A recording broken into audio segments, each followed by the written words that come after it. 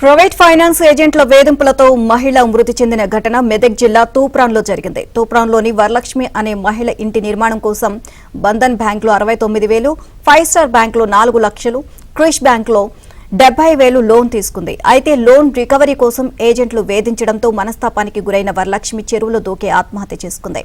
ఈ ఘటనపై పోలీసులు కేసు నమోదు చేసి దర్యాప్తు చేస్తున్నారు.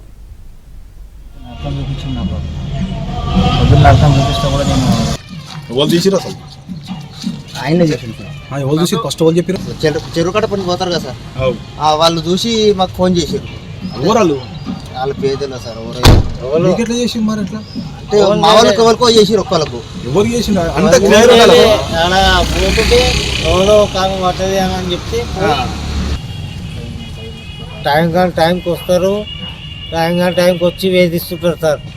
ఈఎంఐలు కట్టుర్రి, లేకుంటే నోటీస్ పంపిస్తాము.